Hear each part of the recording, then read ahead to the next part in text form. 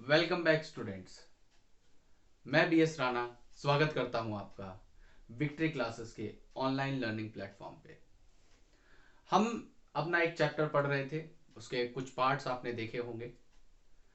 आज जो इस चैप्टर को मैंने कंटिन्यू कर रखा है, उसका जो पार्ट हम लोग पढ़ने वाले हैं, उस टॉपिक का नाम है क्लोनिंग वेक्टर्स। तो सबसे पहले वेक्टर्स तो आपको समझ में आ गया कि वेक्टर का मतलब क्या होता है। देखिए, वेक्टर का मतलब सीधा सीधा ये है जो जीन ऑफ इंटरेस्ट को अपने साथ जोड़े और जोड़ के उसे ट्रांसफर कर दे किसी होस्ट ऑर्गेनिज्म के अंदर, उसे हम लोग वेक्टर कहते हैं। वेक्टर के अलावा उसे व्हीकल टर्म भी दिया गया है। जैसे आप लोग स्कूल जाते हो तो स्कूल आप अलग अलग तरीके से जाते हैं। कोई स्कूटी से जाता है, कोई कार से जाता है, कोई बस से जाता है। तो आप लोगों को कैरी करके कौन ले जाता है? वो व्हीकल ले जाता है, जो आपको आपके घर से स्कूल तक ड्रॉप करता है और फिर स्कूल से वापस आपके घर तक लाता है। तो जो वेक्टर है उसका काम भी यही है। वेक्टर क्या करता है? जीन ऑफ इंटरेस्ट को अपने साथ जोड़ता है और उसको अपने साथ जोड़ के किसी होस्ट ऑर्गेनिज्म के अंदर ले जाएगा। अब वेक्टर तो बात समझ में आ गई कि भाई अपने साथ ले जा रहा है, होस्ट के अंदर ट्रांसफर करने में मदद कर रहा है। बाद में इसमें जो क्लोनिंग जो टर्म लगाया गया है वो क्यों लगाया गया है? देखिए, क्लोनिंग टर्म का मतलब होता है कि अपनी जैसी एग्जैक्ट कॉपीज तैयार कर देना, उसे क्लोनिंग कहते हैं हम लोग। तो क्लोनिंग ये कैसे करवाता है? तो वेक्टर के पास अपना एक ओरिजिन ऑफ रेप्लिकेशन होता है। अगर आपने प्लाज्मिड को पढ़ा हो तो प्लाज्मिड के अंदर क्या होता है?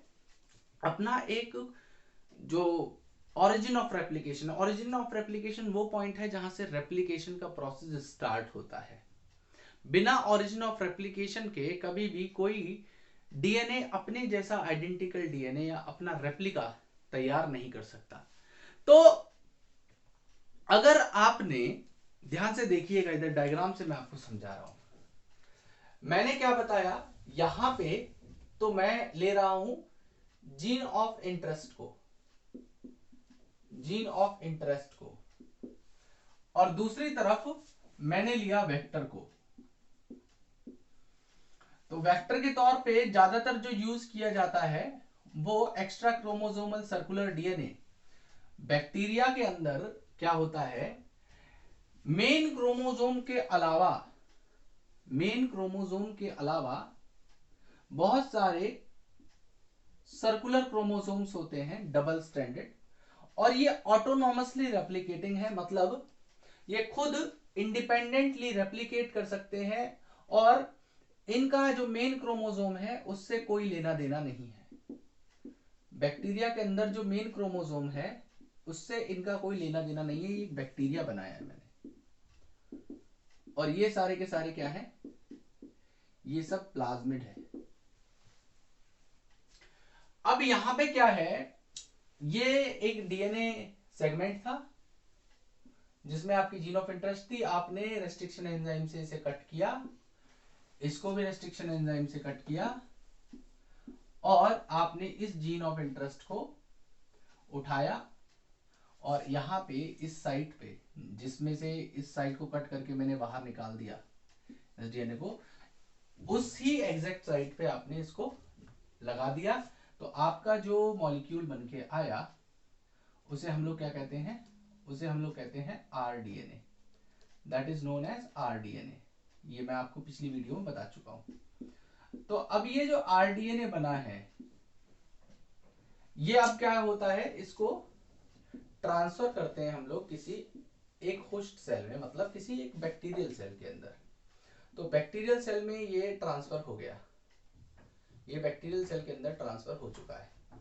तो इसको जो लेके आया जीन ऑफ इंटरेस्ट को, वो कौन लेके आया? वेक्टर लेके आया। वेक्टर के साथ इस जीन ऑफ इंटरेस्ट को जोड़ दिया गया और उसके बाद ये वेक्टर क्या किया? इसने इस जीन ऑफ इंटरेस्ट को यहां पे होस्ट के अंदर इसे ट्रांसफर कर दिया। Got it? अब ये होस्ट के अंदर क्या करेगा? होस्ट के अंदर क्या होता है? इनके पास अपने ओरिजिन ऑफ रेप्लिकेशन भी है। मैंने आपको बताया था कि जितने भी प्लाज्मिड होते हैं ये क्या है, ऑटोनॉमसली रेप्लिकेटिंग है, ऑटोनॉमसली रेप्लिकेटिंग है।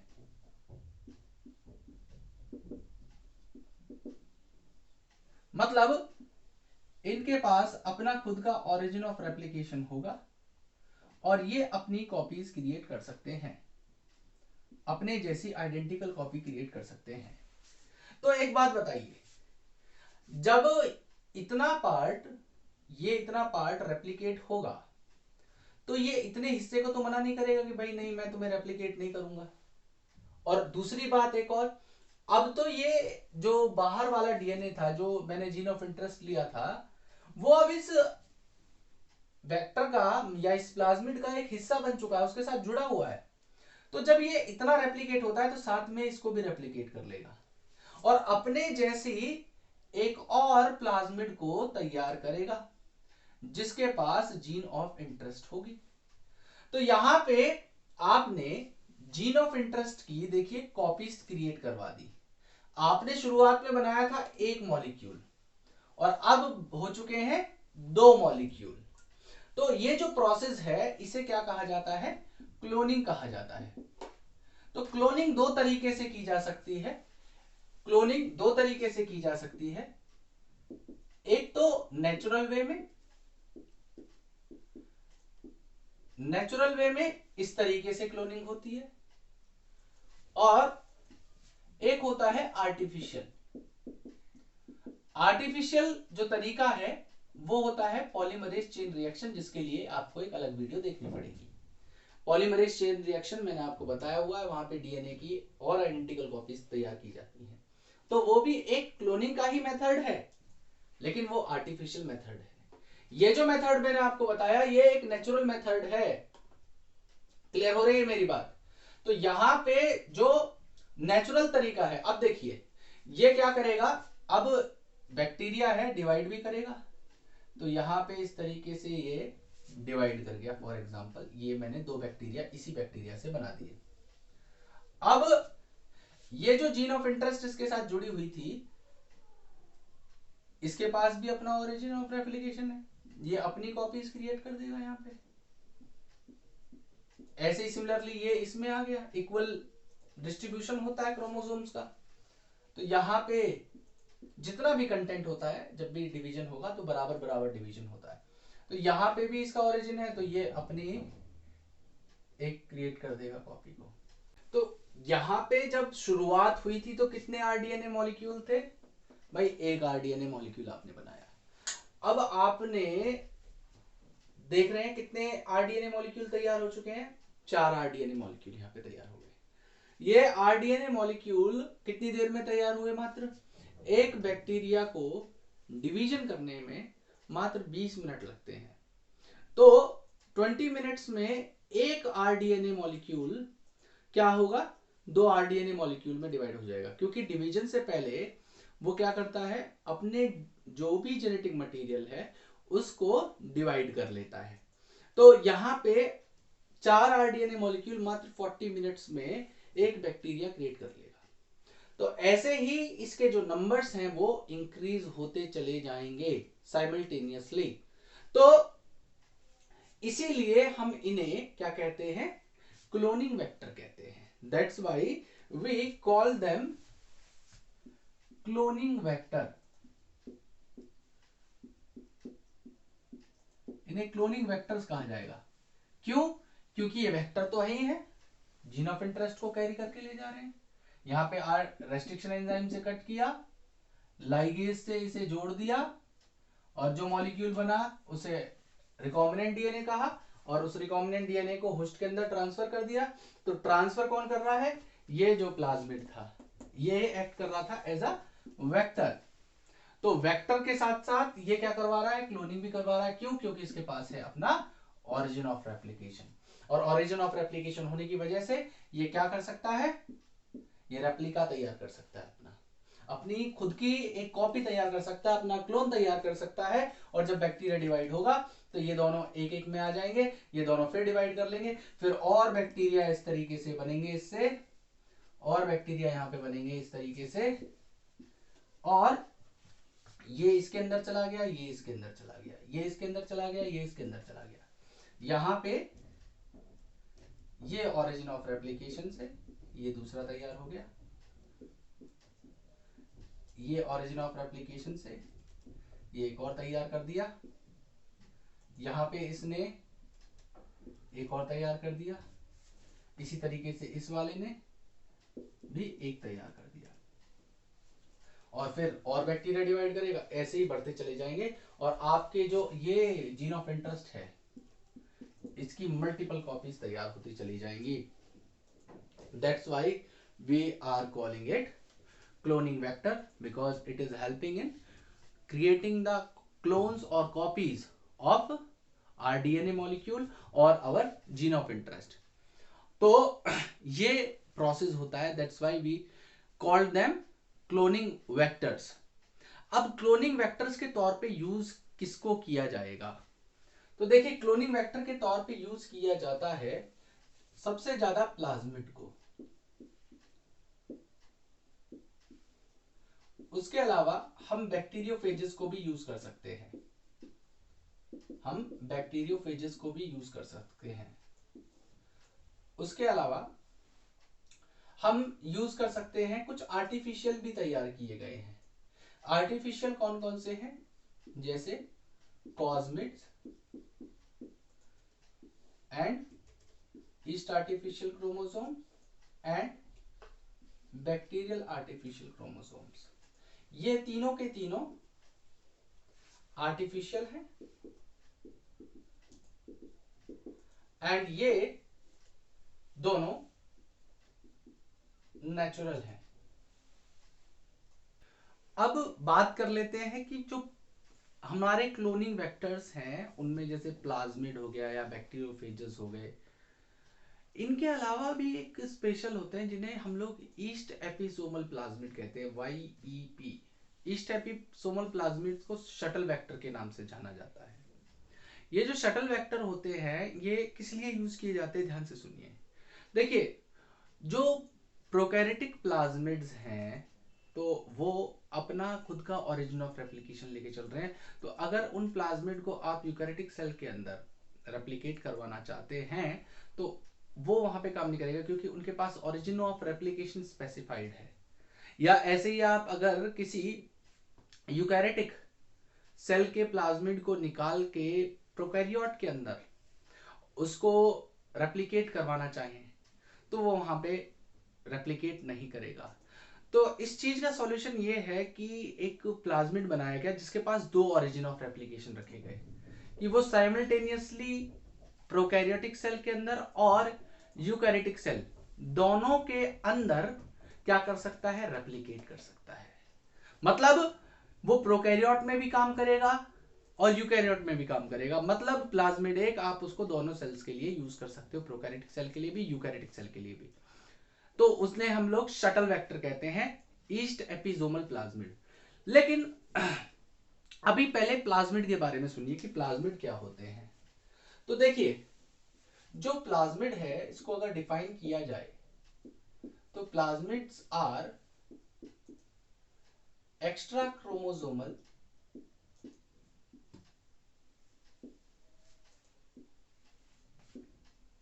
सर्कुलर double stranded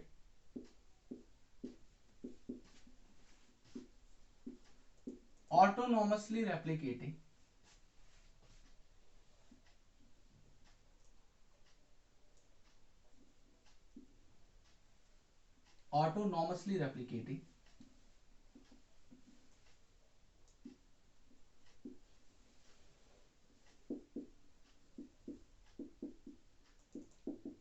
डीएनए है। मीन्स ये इंडिपेंडेंटली रेप्लिकेट कर सकता है, it have ability to replicate independently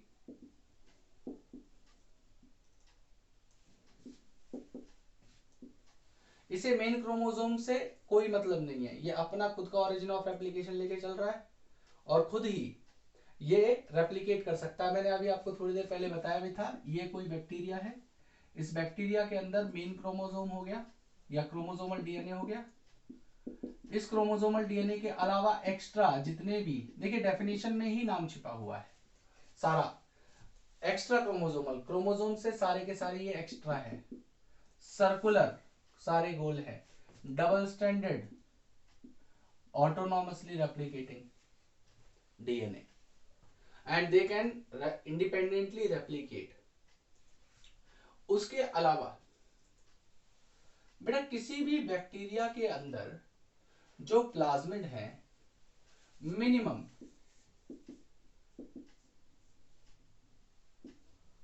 1 to 2 copies पर सेल प्रेजेंट हो सकती है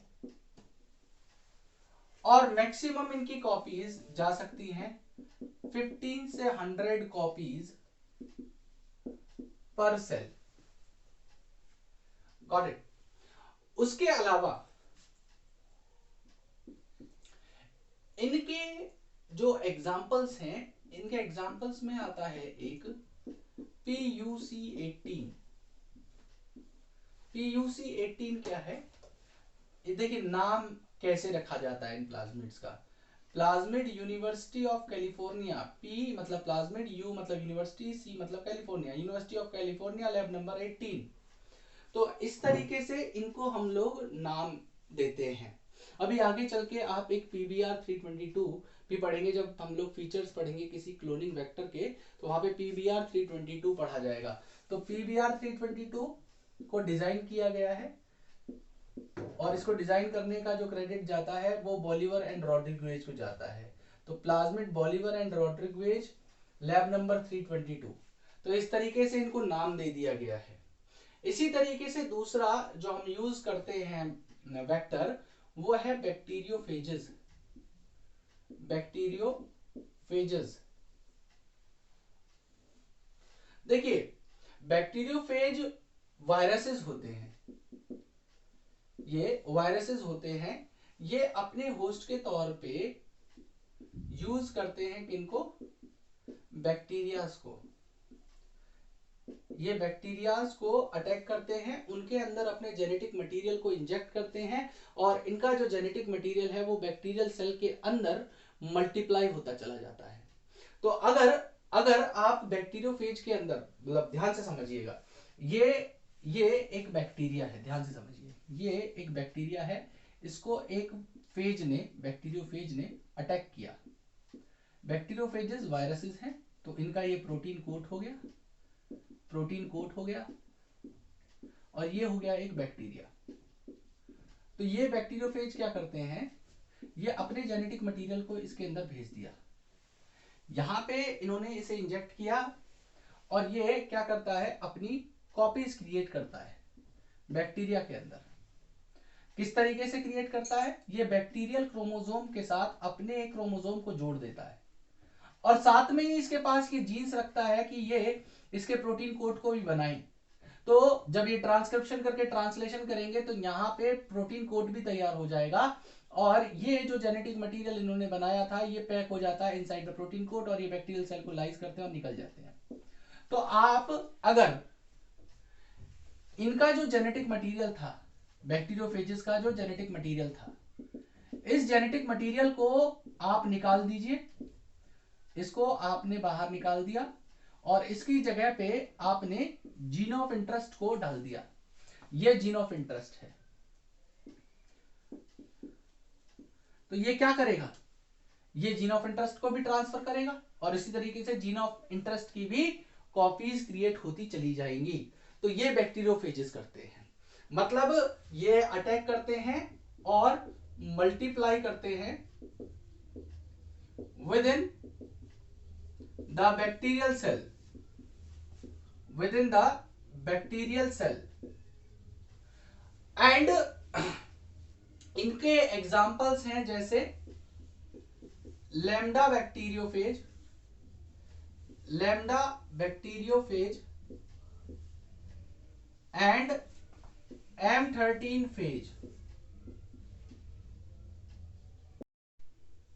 इसके अलावा और भी कुछ हमारे वेक्टर्स के तौर पे यूज होंगे, जैसे मैंने अभी आपको एक नाम बताया था yeast episomal plasmid, YEP, yeast episomal plasmid. इसे शटल वेक्टर के तौर पे भी यूज किया जाता है, ये शटल वेक्टर के तौर पे यूज किया जाता है। ये आर्टिफिशियली तैयार किए हुए प्लाज्मिड है, ये नेचुरली नहीं है। जैसे प्लाज्मिड और हमारे बैक्टीरियोफेजेस थे ये नेचुरल थे, लेकिन यहाँ पे ये जो तैयार किए गए हैं ईस्ट एपिजोमल प्लाज्मिड, ये सारे के सारे आर्टिफिशियली हैं, जिनको मैं बताने वाला हूँ। इसके अलावा जो दूसरा वाला है उसे हम लोग कहते हैं कॉस्मिड। कॉस्मिड एक हाइब्रिड वेक्टर है, cosmid is a hybrid vector. और यहां पे किस किस चीज को हाइब्रिड करके तैयार किया गया है, इसमें प्लाज्मिड को और लैम्डा बैक्टीरियोफेज को हाइब्रिड करके इसे तैयार किया गया है। उसके अलावा दो और हैं, एक को कहते हैं हम लोग ईस्ट आर्टिफिशियल क्रोमोसोम, और एक है bacterial artificial chromosome, bacterial artificial chromosome.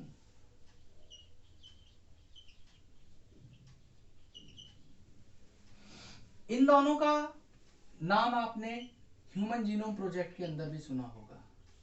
ये काफी बड़े साइज के होते हैं, बड़ी जीन्स को ये कैरी कर सकते हैं, और ह्यूमन जीन्स जो होती है उनका साइज बड़ा होता है। तो इनको यूज किया जा सकता है extensively for transferring the human genes. So that's all about the cloning vectors. Thank you.